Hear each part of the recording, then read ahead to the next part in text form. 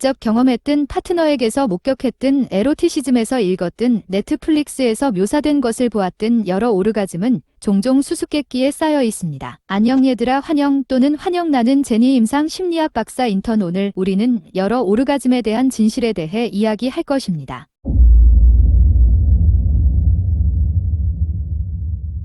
그들은 진짜입니까? 아니면 비현실적인 성적 기대와 불안을 낳는 포르노의 발명품일까요? 얼마나 흔한가요? 당신이나 당신의 파트너가 그것을 경험할 가능성을 어떻게 높일 수 있습니까? 단순히 그들을 이해하는 것만으로도 일반적으로 성생활이 향상될 수 있습니까? 우선 그들은 진짜입니다. 이 주제에 대한 대부분의 연구조사에 따르면 여성의 약 15%가 여러 오르가즘을 경험하고 성관계를 갖는 시간의 약 절반을 경험합니다. 그러나 낮은 유병률에도 불구하고 성연구자들은 거의 모든 여성이 원할 경우 여러 오르가즘을 얻을 수 있다는 데 동의합니다. 그래서 멀티 오르가즘 홀드업은 무엇입니까? 전국적인 성교육의 부족으로 인해 우리 중 많은 사람들이 여성의 성적 해부학과 쾌락에 대해 어둠 속에 빠져 있습니다. 또한 성적 죄책감과 수치심에 흠뻑 젖어 주제에 대한 대화가 결코 일어나지 않는 것 같은 문화. 먼저 좀 더 구체적인 정의부터 시작하겠습니다. 성연구자들은 여러 오르가즘을 단 몇 분 간격으로 발생하는 동일한 성적 경험 동안 하나 이상의 오르가즘으로 정의합니다. 때때로 여러 오르가즘은 자극이 약간 중단되어 발생합니다. 다른 경우에는 자극이 전혀 중단되지 않습니다. 다중 오르가즘에 대한 현재까지 가장 큰 연구에서 다중 오르가즘을 가진 여성은 일반적으로 성적 경험 중에 총 3번의 오르가즘을 경험하는 것으로 나타났습니다. 연구원들은 그 숫자의 2대 20에 이르는 엄청난 범위가 있음을 발견했으며 한 여성은 최대 100명까지 보고했습니다. 같은 연구에 따르면 파트너 섹스 중에 첫 번째 오르가즘은 평균 13분 동안 발생하며 그 이후에 각 순차적 오르가즘은 약 4분마다 발생합니다. 솔로 섹스 동안 여성들은 첫 번째 오르가즘이 7분 안에 발생한다고 보고했으며